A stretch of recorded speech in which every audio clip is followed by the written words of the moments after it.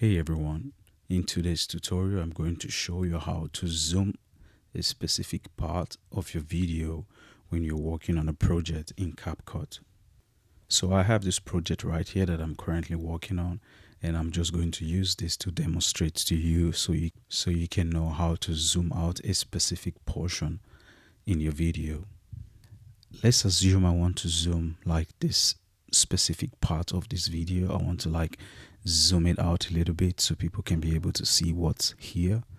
All you need to do is to click on the section that you want to zoom out, and don't forget to drag this to this section like this so you can get this option to zoom out this specific part of the video.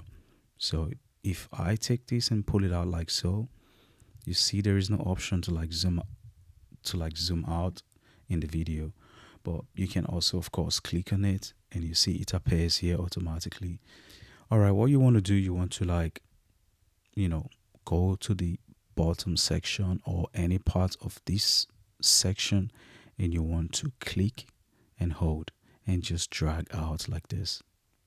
Just keep dragging it out until it gets to the size that you want, and then you can click and hold and just pull back and resize it to the specific size you're actually looking for.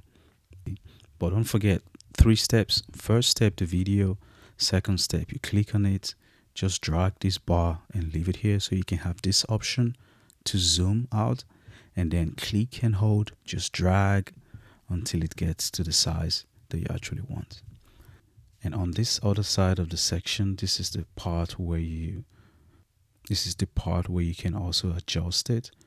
But mind you, if you turn this uniform scale, like where it says uniform scale, if you turn it off like this, you will have more options like this scale height, which you can also adjust it, the heightness, and also you can also adjust the width like this.